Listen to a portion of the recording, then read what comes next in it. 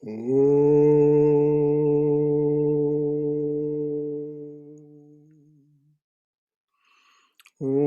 Sahana Bhavatu Sahano Bhunaktu Sahaviryam Karavavahai Tejasvina Vaditamastu Mavidvishavahai.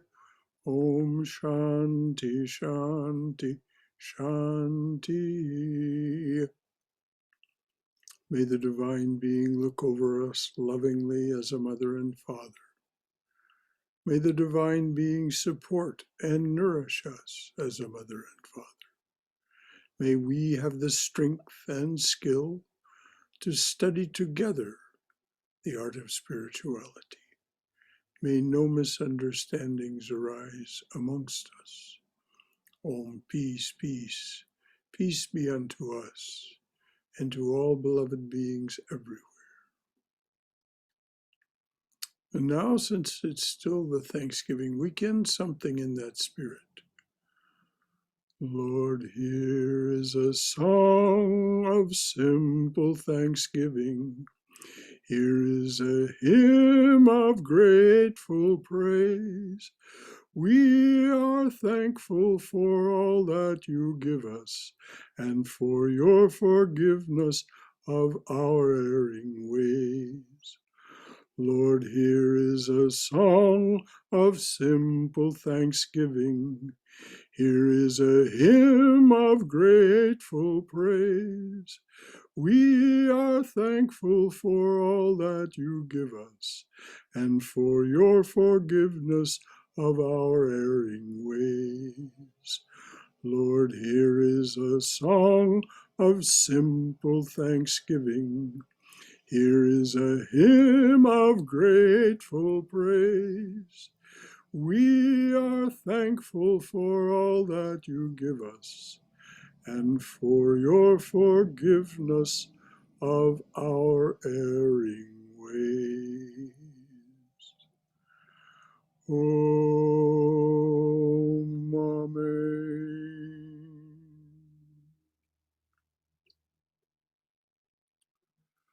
So once again, good morning, everyone. Namaste. So glad you're here.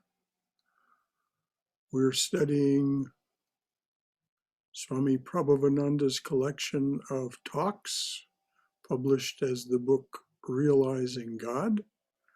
And we're looking at his talk on meditation. He's been talking about what's necessary, and he says the vision of God will come. Once you go into that state where the world has disappeared, just God is.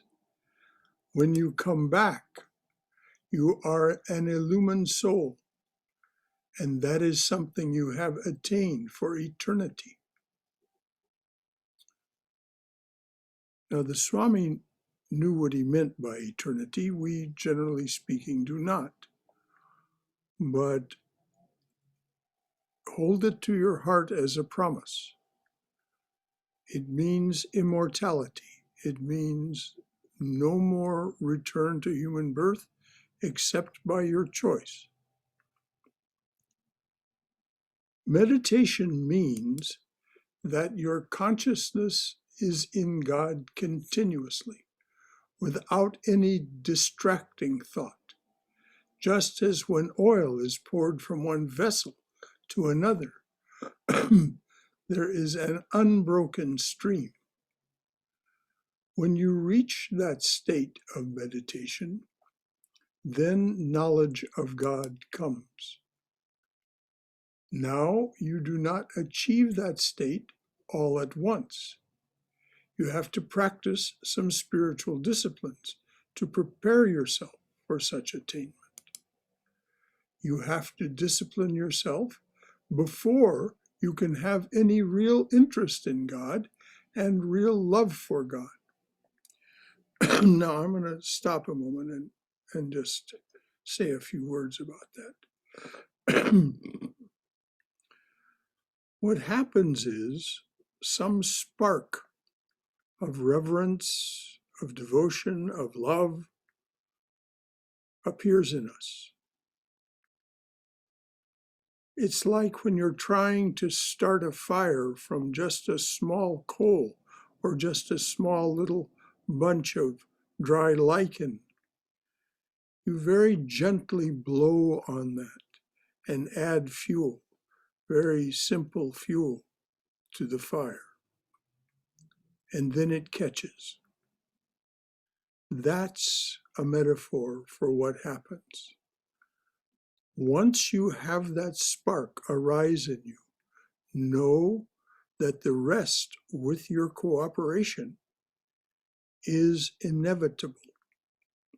If you will blow on that spark, if you will add the simple fuel of spiritual practices to that spark, then you will develop real interest in God and real love for God. That's what the Swami means. It doesn't mean there's a barrier. There is no barrier. There is no barrier. What is the nature of love? So now the Swami is going to talk about what it means to have love, and specifically love for God. What is the nature of love?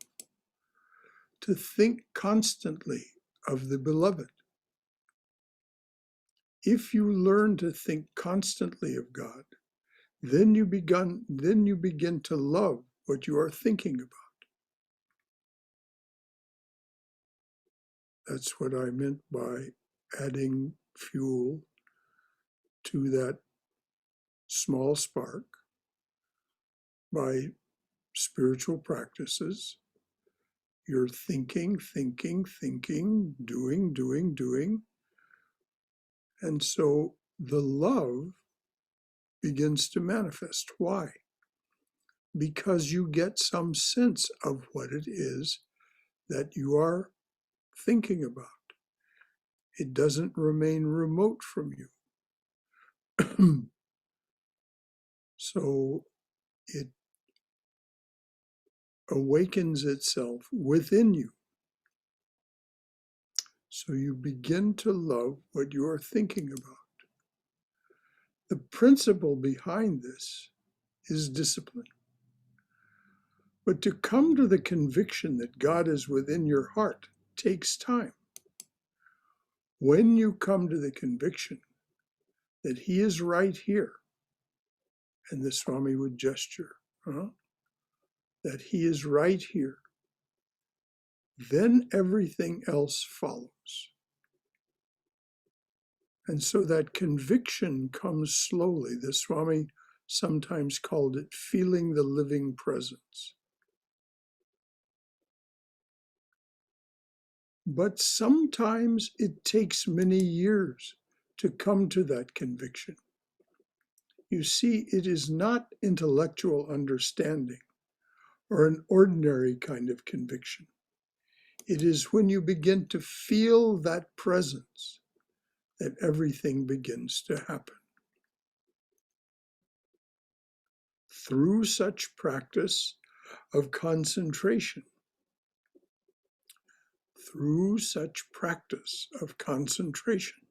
this is what he means by spiritual discipline. Through such practice of concentration, you come to a stage of unfoldment when your mind becomes meditative. You reach a stage of unfoldment when your mind becomes meditative. Without any distractions, your mind runs toward God. You see the nature of the mind. So what does it mean to become meditative? Without any distraction, your mind runs toward God. You see, the nature of the mind is to move on and on and on. You have steady electrical light when the current comes steadily. And it's interesting, the Swami would gesture to the ceiling lights. You have steady electrical light when the current comes steadily. If the current is interrupted, the light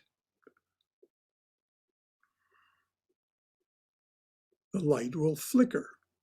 So when we first try to concentrate, the mind flickers. Of course it does. It's been flickering and flickering and flickering for who knows how long. Its nature is to flicker. This and that, the other thing, blah, blah, blah. Its nature is to flicker. So when we first try to concentrate, the mind flickers. We think of God, but there is a distraction, a gap. Again, we try to think of God, again, distractions. You cannot hold that thought long enough. But through practice, a time comes when distractions vanish, and there is a continuity of consciousness. Now, you've heard it said from here many times that this is nothing more than the result of practice. And that's reflecting what is said by Vivekananda. Education is nothing more than the training of the nerves, whether it be to become a tennis champion, a chess champion, or a meditator. We train and we train and we train and we train until we can sit calmly and have the mind hold itself on one thought or mantra or visualization.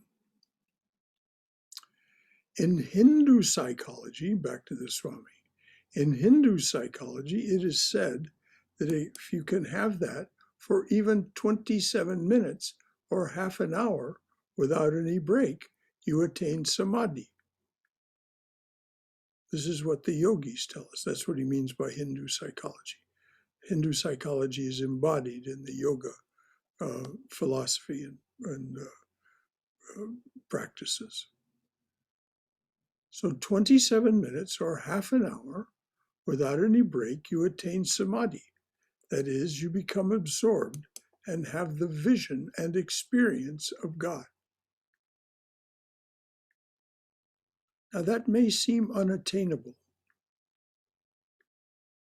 How can I possibly, with my mind the way it is, how can I possibly attain that? The way it happens is mysterious. You, so to speak, get swept away. Something, that current, the Swami compared it to an electric current, the current becomes stronger than the attraction of the distractions. And so you get swept away.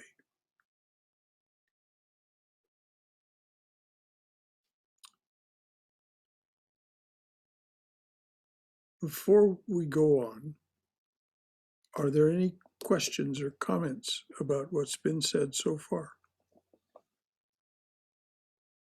The Swami has been pointing to what meditation is, how it works, what its definition is, the possibility of it, anything at all that anyone wants to ask or comment. Brother Shankara? Yes, Swayam. So I either read or heard recently one way to think of discipline is like being a disciple. So, spiritual discipline meaning being a disciple of the Spirit or God. And my question was to just sort of enumerate some of the spiritual disciplines in addition to meditation would be attending a talk like this or reading, some material or singing devotional songs, would that include the whole gamut of spiritual disciplines? Well, yes, and of course, the other two that you alluded to by what you said, but didn't name specifically, that are so fundamental, are viveka and vairagya, discrimination or discernment, and renunciation or release. And this is where slowly and slowly we get rid of the distractions that cause us to not be able to concentrate and then meditate. First, we see these distractions when we're trying to concentrate or meditate. We see them appear in our waking awareness, in our active subconscious. They arise, and then so we can set them aside at that time. We set them aside by simply returning to our visualization or our mantra. But then they also arise in our ordinary daily life. And we say, oh, there you are. That's why you appear in my attempts at contemplation and meditation, is because I nurture you now. I feed you now by my attention. That's why you keep appearing. That's why you keep showing up. So you say, well, I have to let this go now as well. I've discerned its presence here. Now I have to let that go too. And that may be some habit that you have. It may be some a relationship that you're in that needs changing. It may be some memories that keep coming back to you of things that happened to you in your past and you still feel troubled or resentful by them. There are many, many. So yes, the spiritual practices are the ones that you enumerated. Yes, yes, yes.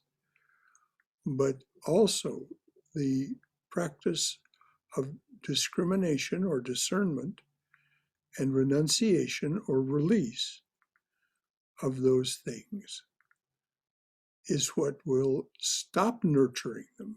You stop giving them your attention in your waking awareness. You'll find they actually, after some time, begin to disappear even from your dream state because they're no longer being nurtured. They're no longer being fed by your attention. As the yoga psychologists say, your life force, prana, your prana goes where your attention goes. And so fundamental is viveka and vairagya. Is there a follow-up, Swayam? No, Brother Shankara, that's good. Thank you very much. And it's what leads us to do the other things. When we discern the importance of putting our attention on reading spiritual books, singing spiritual songs, doing those things that increase our awareness of an attraction to the divine presence, because it engenders, it brings forth in us that feeling of the divine presence. That too is a very potent form of discrimination and releasing any other activity that might compete with that. It's a process. Very good question, Swayam, and very good definition on your own of what spiritual practices are. I just added to it. Anything else from anyone?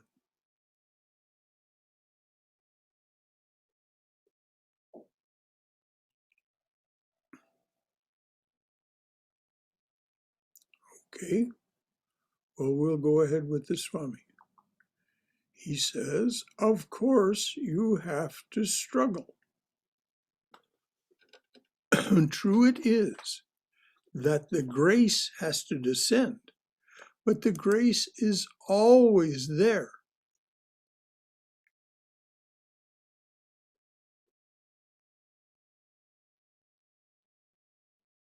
That's so important for us to remember. It's not around the corner. It's not next week. The grace is always there. In order to catch that breeze of grace, you have to make an effort. And the principle is meditation. The fundamental question is how to meditate on that whom words cannot express, from whom the mind comes away baffled, unable to reach. That's a quote from the Upanishads. It's actually said here, it's from the Taittiriya Upanishad.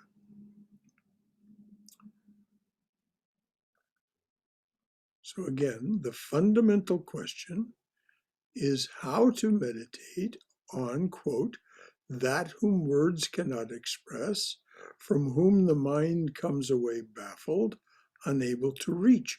That's because of the nature of the mind. It is only through the heart that, and the Swami will talk to that, it's only through the heart. The mind is an exitless maze. It can be purified so that it's no longer so distracting. But this is what it means when it says, when the mind comes away baffled, unable to reach.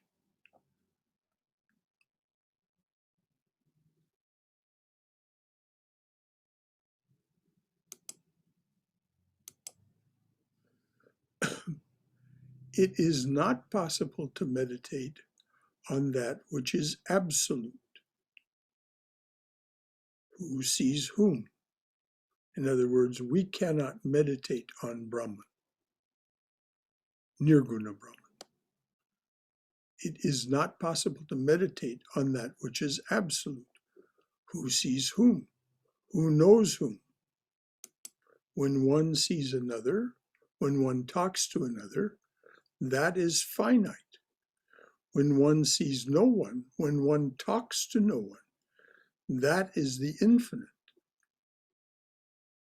Notice, if you've got the book, that there's an exclamation point behind that. That's Nirguna Brahman or Nirvikalpa Samadhi. When one sees no one, when one talks to no one, that is the infinite. Because there's no seer, there's no talker. That is the blissful state to be attained. Nirvikalpa. So what are we to do? There are 4 different paths for different temperaments. The intellectual, the emotional, the active, the contemplative. You can't give the whole teaching to everybody. You can't teach meditation only one way. You see, there is not one way to meditate, but many different ways according to the different temperaments. In the yoga aphorisms or Yoga Sutras, in the Yoga aphorisms, Patanjali gives many methods.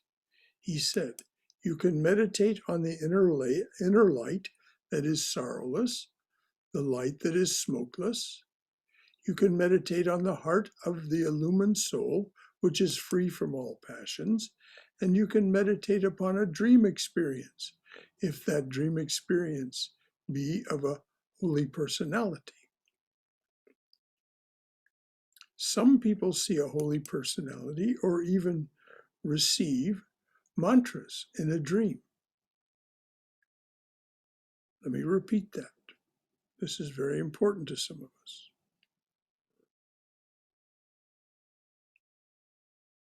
Patanjali says, and you can meditate upon a dream experience if that dream experience be of a holy personality. Some people see a holy personality or even receive mantras in a dream.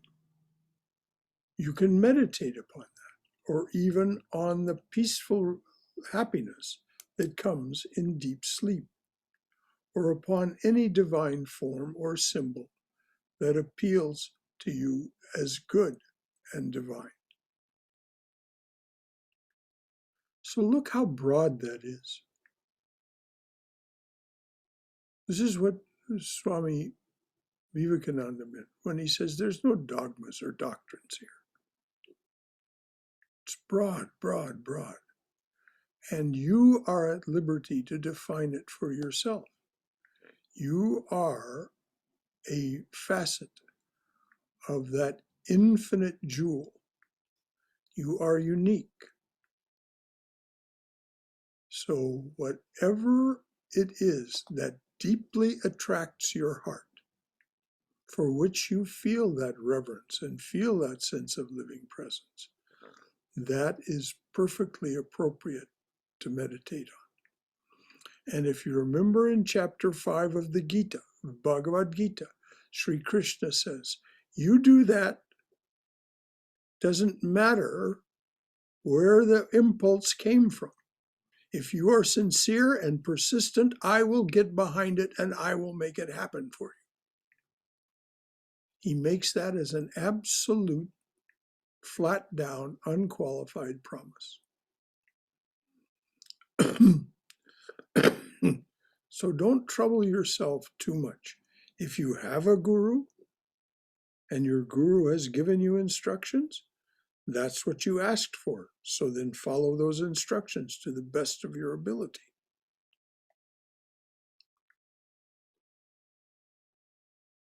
But there are many self-determined aspirants. I mean, where did the first teachers come from? They learned to receive instructions from the divine, Shruti, that which is heard. They learned to do it on their own. Of course, one can say they were invited to by their experiences. But nevertheless,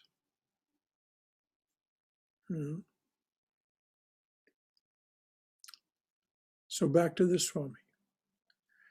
As a general rule, whatever your chosen aspect, an inner light or divine incarnation or anything within, an inner light or divine incarnation or anything within, it has to be first within the shrine of the heart.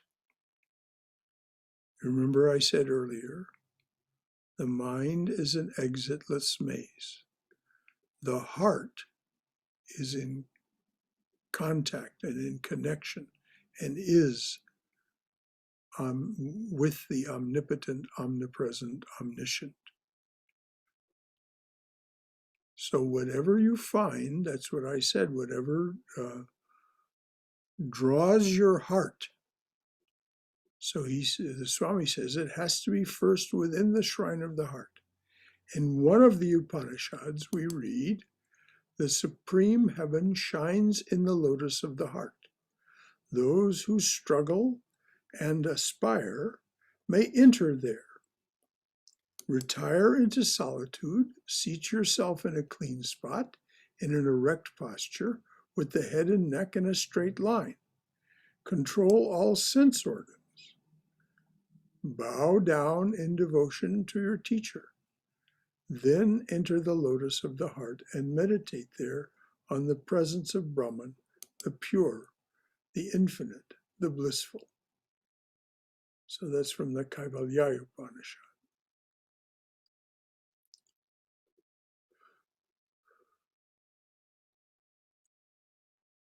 Those instructions about how to sit and so on, they're the same instructions that are in Patanjali,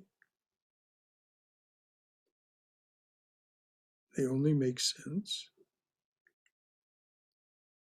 if you have trouble sitting cross-legged, sit in a chair. It doesn't matter.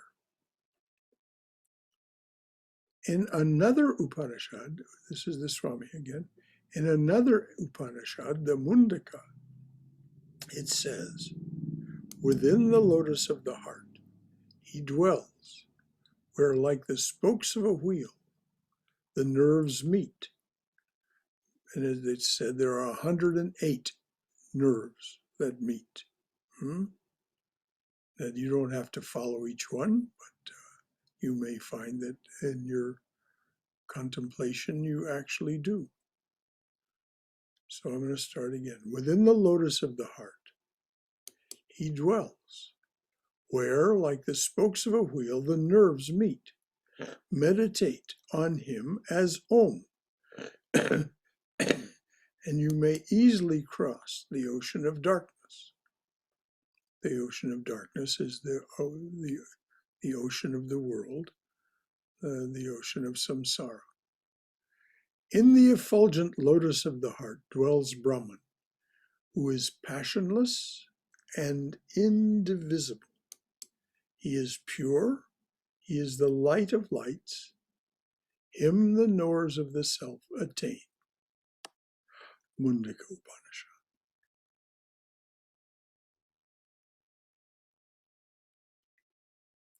So now the Swami is going to narrate to us a personal experience.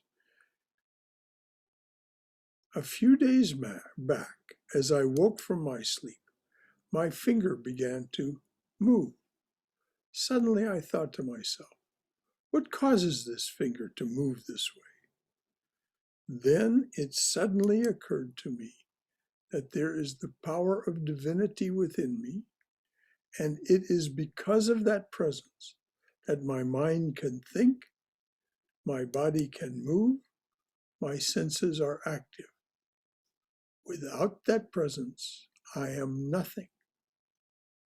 And then I remembered the passage from the Kena Upanishad, at whose behest, the disciple asks, does the mind think? What bids the body live? Who makes the tongue speak? Who is that effulgent being that directs the eye to forms and color and the ear to sound? The self is the ear of the ear, capital S self. The self is the ear of the ear, mind of the mind, speech of the speech. He is also breath of the breath and eye of the eye. He who realizes the existence of Brahman behind every activity of his being, whether sensation, perception, or thought, he alone gains immortality. And if you remember, that's the exact same thought that's in the Om Brahmarpanam chant that we say. He or she who sees Brahman in every action attains to Brahman.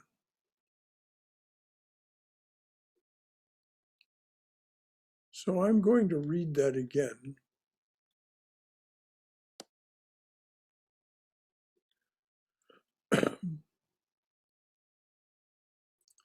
This is from the Kena Upanishad.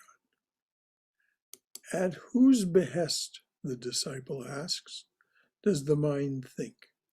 Who bids the body live? Who makes the tongue speak? Who is that effulgent being that directs the eye to forms and color and the ear to sound? The self, the answer comes. The self is the ear of the ear, mind of the mind, speech of the speech. He is also breath of the breath and eye of the eye. He who realizes the existence of Brahman behind every activity of his being, whether sensation, perception, or thought, he alone gains immortality.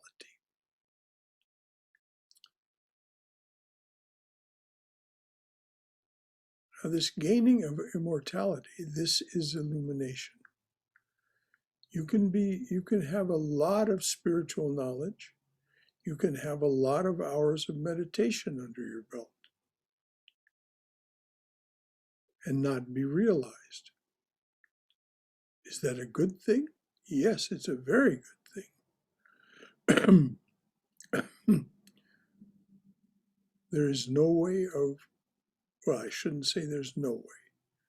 There are those rare instances where people just seem to spontaneously become awakened. But by and large, this is what the Swami means by struggle. We have to assimilate these thoughts. We have to internalize these principles. And so the Swami says, now that's the end of the quote from the Upanishad. The Swami says, just consider, it is possible for me to think and for you to listen because of that effulgent being within each one of us. Without that presence, we are nobody. This we have to realize. And when we experience this truth, then we shall feel like Sri Ramakrishna, who said, I am the instrument, thou art the operator. I am the house, thou art the householder. End of quote from Sri Ramakrishna. When we realize that, when we realize that we are free from all karmas, we attain to our eternal life. In other words, our minds, senses, and body must learn to pay homage, as it were, to that effulgent being who is within us. That is our main duty. All religions teach this fundamental truth. Quote, ye are the temple of God, and the Spirit of God dwelleth in you. That's from the Christian scriptures. Now, how are we to meditate on God? What is God? What is his nature? Are we to meditate on him as absolute and impersonal, as personal, or what? Sri Ramakrishna, who followed all kinds of sadhana, spiritual practices, Sri Ramakrishna, who followed all kinds of spiritual practices, pointed out this truth. Infinite is God, infinite are his aspects. If one lives continuously in consciousness of him, he knows him in his true nature. He knows him as impersonal, without attributes, and he also knows him as personal, with attributes. End of that quote. Then he, Sri Ramakrishna, gave a beautiful illustration. Quote, there is a vast ocean, endless, but through intense cold, some places form icebergs. End of quote. So though water has no form, it has assumed forms. And there are innumerable forms, avatars or divine incarnations, whom we call sons of God. Christ, Krishna, Buddha, Ramakrishna. There is a Hindu prayer. They call you by many names. They divide you, as it were. They call you by many names. They divide you, as it were, by different names. Yet in each one of these, there is to be found your omnipotence. You are revealed through any of these, which is reflected in Chaitanya's prayer. You may remember, Chaitanya says, various are thy names, O Lord. In each and every name thy power resides. Let me point out exactly, the Swami goes on, let me point out exactly what the state of meditation is In the Gita, it is beautifully expressed. Quote, the light of a lamp does not flicker in a windless place. This is the simile which describes a yogi of one-pointed mind who meditates upon the Atman. Atman, Brahman, same. It's just the yogis use it, the word Atman rather than Brahman, because it personalizes it to each of us. That describes a yogi of one-pointed mind who meditates upon the Atman. When through the practice of yoga, the mind ceases its restless movements and becomes still, he realizes the Atman. It satisfies him entirely. Then he knows that infinite happiness, which can be realized by the purified heart, but is beyond the grasp of the senses. He stands firm in this realization.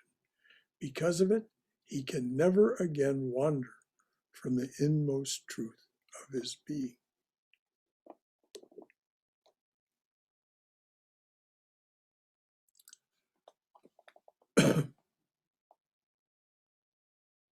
I'm going to read this next quote, then I'm going to pause for comments and questions. And again, utterly quiet, made clean of passion, the mind of the yogi knows that Brahman, his bliss is the highest. Released from evil, his mind is constant in contemplation. The way is easy. Brahman has touched him, that bliss is boundless. His heart is with Brahman, his eye in all things sees only Brahman, equally present, knows his own Atman in every creature and all creation within that Atman. That yogi sees me in all things and all things within me. He never loses sight of me, nor me of him, nor I of him. He is established in union with me and worships me devoutly in all beings. That yogi abides in me, no matter what his mode of life. So let's pause there. A lot of ground has been covered from where the Swami said, of course you have to struggle. Any thoughts or questions? Please share what's in your heart, what's in your mind. Brother Shankara, Yes, Haima. like you said in the past few pages, 1 ounce of practice is greater than many tons of theories. I think that stands. That is the one which gets us here. Yes. Ounce of practice every day at the, just the discipline. It isn't that it's bad to know things. Sure. But there's only one way to assimilate, take from the mind to the heart what you know, and that is practice. And that happens spontaneously when you set aside the distractions. Exactly. The knowledge is, as Vivekananda says over and over, the knowledge is already within us. These teachers they bring it out of themselves and they relate it to us. But when you do your spiritual practices and learn to set aside the distractions, and the heart becomes known to you, as Swami Prabhavananda used to say, the heart center opens, then you find these truths to be self-evident. And that's what Sri Ramakrishna means when he says, yes, you know all these things, but they have to be assimilated. They must be assimilated. It's like food on a plate. Food on a plate is very satisfying to look at, but it won't satisfy your hunger. You have to take it inside you. and assimilate the nutrition from the food to do away with your hunger. Just the same thing. Our mind, having all this knowledge just in our mind, is like having food on a plate. It's wonderful to contemplate. How beautiful was the Thanksgiving feast before we consumed it. But the satisfaction was in consuming it, assimilating it. So you're absolutely right, Jaime. It's the practice that does it. Anything else from anyone? Brother Shankara? Yes, Swayam. Great analogy, looking at the food and eating it, especially the recent Thanksgiving reference. My question is, I read sometime back in Inspired Talks, and I don't remember the exact words, but something to the effect that spiritual aspiration or practice should be balanced with some logic so as to not to descend into mere sentimentalism, something like that. How do we know if something is coming from the heart or the mind? Is it even possible?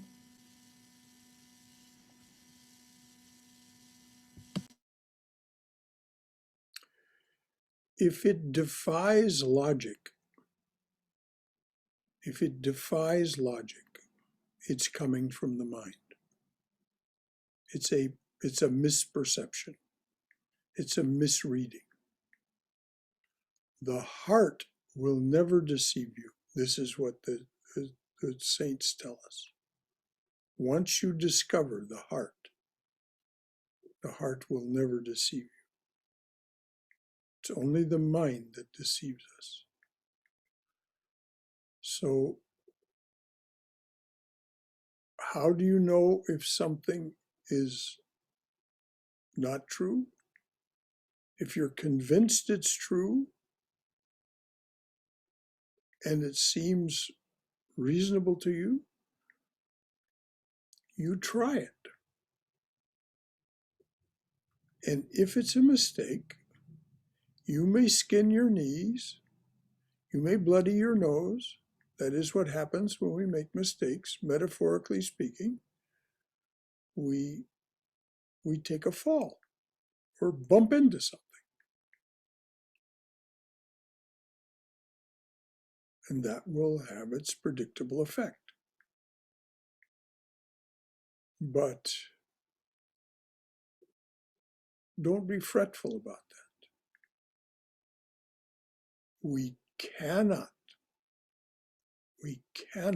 if we're spiritual aspirants, not make mistakes. Vivekananda says we fall 1,000 times, we rise 1,001 times. Struggle is not easy. And so sometimes we just have to go ahead and try. Make something that has matured in our minds as an idea, make it a reality in the world. Because you'll never know what a carrot tastes like until you eat a carrot. And the same is true of all of these other things. Is there a follow-up to that, Swayam? So, Brother Shankara, thank you so much. Now I have to assimilate that when I listen again in the recording. Okay, very good. I would Anybody else? I would like to share something on that. Yes, please, Robert. From many years of experience, I have run into that same problem years and years ago, and I think I found what I considered a solution to the problem. Wonderful. Okay, my solution was that the mind is a reasoning machine. It's made up of reasons. It's all about reasons. Mm-hmm. And anything that comes from the mind right behind that will come a host of reasons. Yes, you're so right. To try to convince you that this is the way to go. Yes. When it comes from the heart, no reasons are necessary. You know it. Yes. And that keeps you from making a lot of mistakes. It has kept me from making a lot of mistakes. Wonderful, Robert. Yes. It's like you said, along with the what your mind is trying to persuade you of, it'll have a host of reasons and rationalizations. Yes. Yep. The heart just knows. Yes. Beautiful. And you just know when it comes from the heart. Right. You know.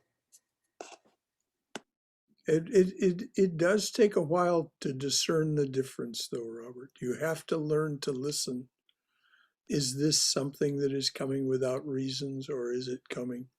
Are all those subtle reasons staying in my active subconscious, and just the impetus, the thought is coming in our.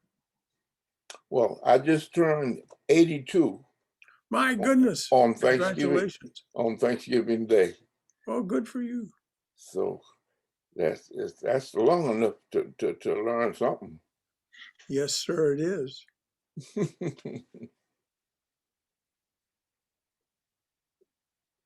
So you're in your 83rd year. That's it.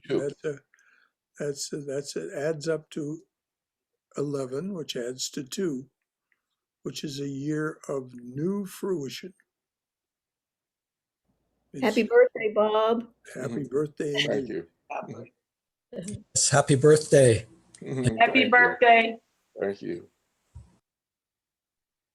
And I think you can know that that is very sincerely meant from everyone who said it. We just wish you the very happiest of birthdays and many more on Channel 4. So, anything else from anyone? I can just make one comment, Brother Shankara, to Please, add to follow up on Robert's. Like mind can wander, but heart doesn't wander. It's still. Mm-hmm. That's what my experience is. You have to pull those wandering mind, get back to the heart constantly when you're meditating. That's one thing I experienced in my life. So yes, we have to bring ourselves back to what it is that we're attempting to concentrate on or practice meditation with. Yes, your mind may be wandering, but just continue your practice regularly, but you'll get there. You will still be wandering every now and then, but still you could just concentration. I love that, Haima, the heart doesn't wander. And I think that's so true. Maybe country western songwriters would disagree with that, but it isn't the heart that wanders, it's the mind. And when you are in your heart, that's where you can't worry there. Exactly. Yes. Thank you for that. Thank you, Brother Shankar. And that was Cindy that would just complimented you. So just there's a few minutes more. Is there anything else from anyone? Okay. Now, this is the Swami again. Now, before you can come to that state of meditation, which is samadhi, you first have to practice, and then you begin to feel the presence. He is. You become convinced of that. And this is a fact. This is what happens. You practice, and then you begin to feel the presence. He or she, if your Ishtadevata is the divine feminine, he is. You become convinced of that. And it is that conviction that makes the difference, as we'll see. He is, you become convinced of that. No more hearsay. Then you begin to feel that he is moving, living. You talk to him. These are facts. And when the Swami says these are facts, he means he knows this personally, has experienced it, and that you can experience it too. This is what he means. It's a fact, just like the laws of thermodynamics are facts. These are facts. Ultimately, you realize your oneness with him. In all these experiences, there is a feeling that it is not through your attempt, but through his grace.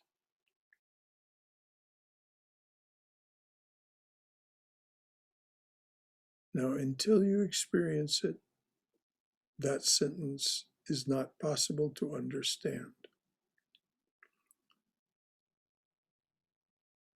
In all these experiences, there is a feeling that it is not through your attempt, but through his grace.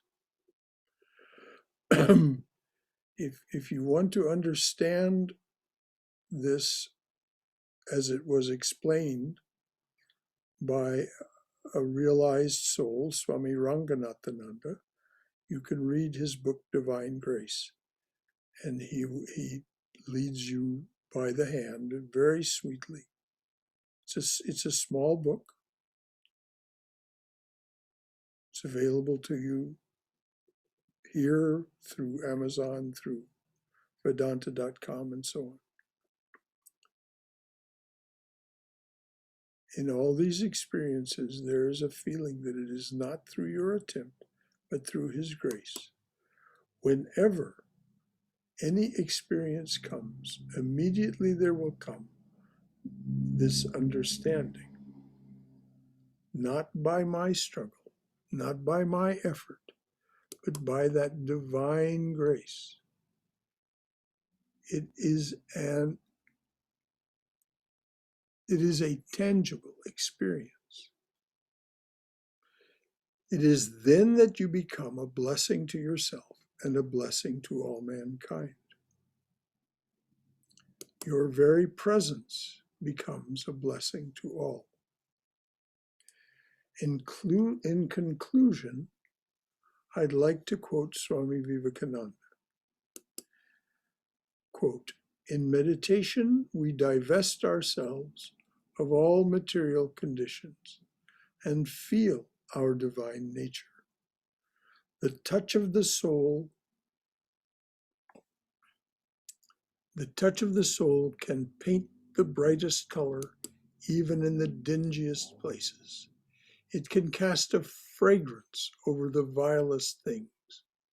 It can make the wicked divine, and all enmity, all selfishness is effaced."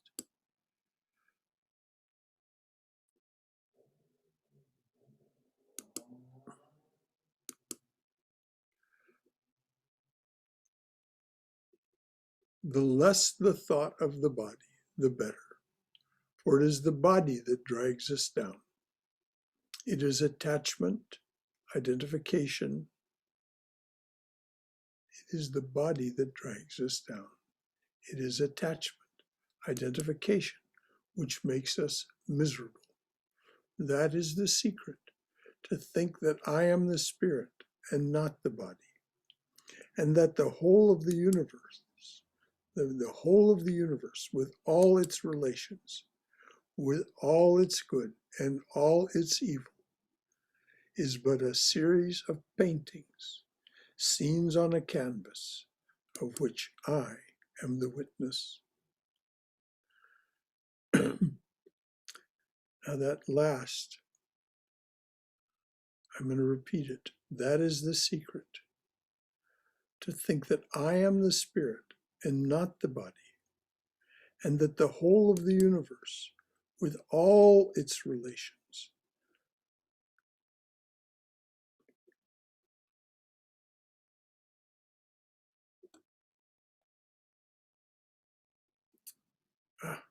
I'm sorry.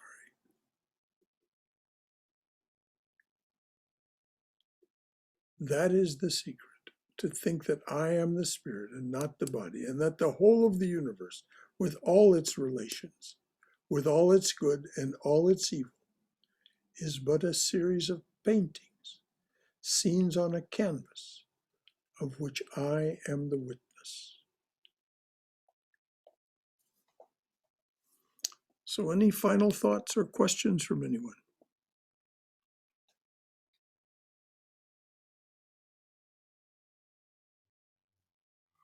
Okay.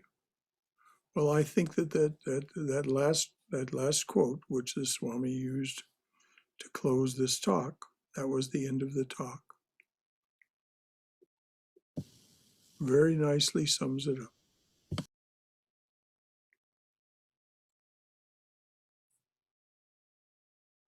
So next week we'll take up the Swami's talk, The Path of Action.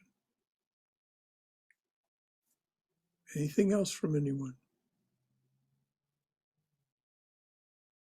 Okay.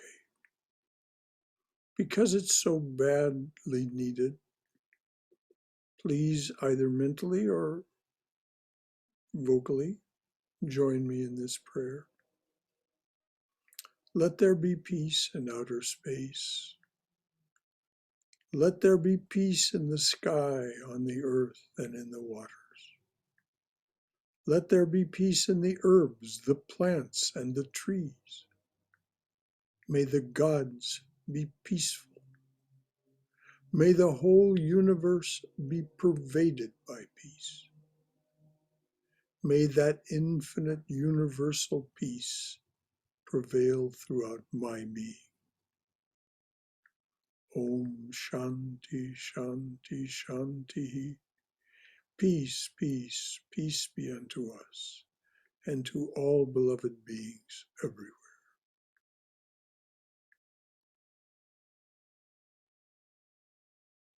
So, tomorrow morning, we'll talk about, are you the reflected glory?